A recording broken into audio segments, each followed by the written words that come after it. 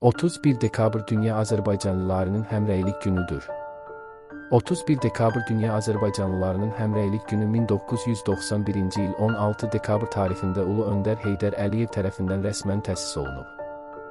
Azərbaycançılıq ideologiyasına söykənən bu əhəmiyyətli hadisə yalnız bu ideologiyanın prinsiplərini qəbul etmiş Azərbaycan Respublikası vətəndaşlarının deyil, həmçinin yer üzünə səpələnmiş 50 milyonluq Azərbaycan türklərinin bayramıdır.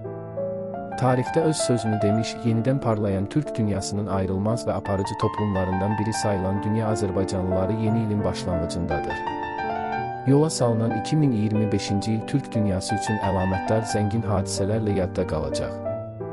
Respublikamızda baş verən fundamental hadisələr heç şübhəsiz bütün dünya Azərbaycanlıları üçün nümunə təkan rolunu oynayır. Üzümüzə gələn yeni 2026-cı il dövlətimizin dinamik inkişafında, deməli dünya Azərbaycanlılarının və ümumən növbəti intibah dövrünü yaşayan Türk dünyası üçün yeni uğurlar ili olacaq.